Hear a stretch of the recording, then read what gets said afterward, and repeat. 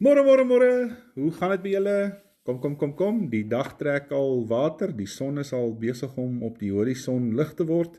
Dis tyd om wakker te word. Dis tyd om 'n nuwe dag te gaan wy aan die Here en om jou roeping te gaan leef. Ek hoop nie dat jy net werk nie, maar ek hoop daarom dat jy dit sien as 'n roeping.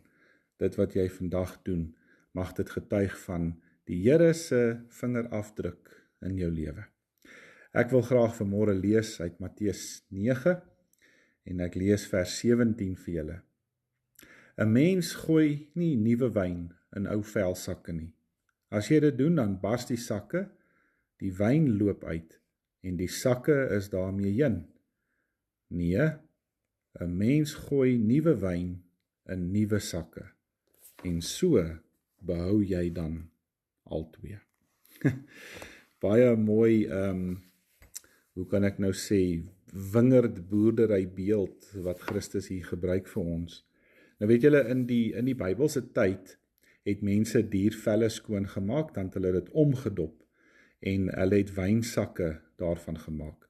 En wanneer die wynsak dan gereed was, hoe lank ook al dit moes wees, dan is die druiwesap daarin gegooi.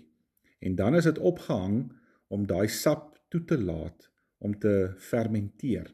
En eers dan, na 'n hele lang ruk, nadat die wyn verouder het en sy dieper smaak ontwikkel het, dan is dit eers geniet.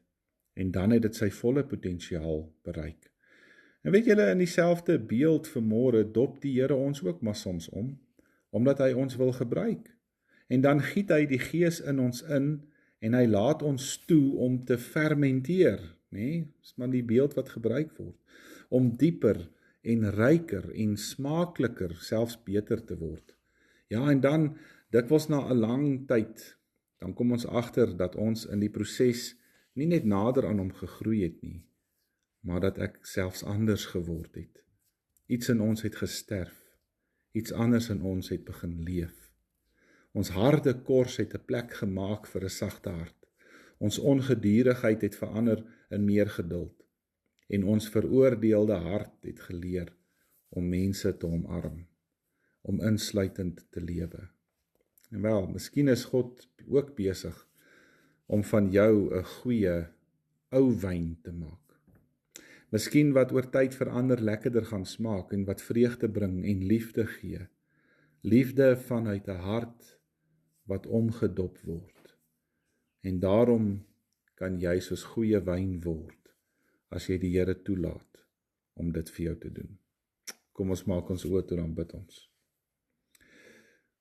Here Jesus, dit is oukei as U my wil omdop, omdat U my beter wil maak.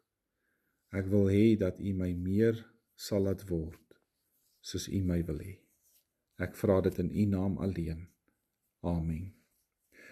Baie dankie julle almal. Ek hoop dat julle 'n geseënde dag verder het. Môre praat ons vir oulaas vir die week. Totsiens.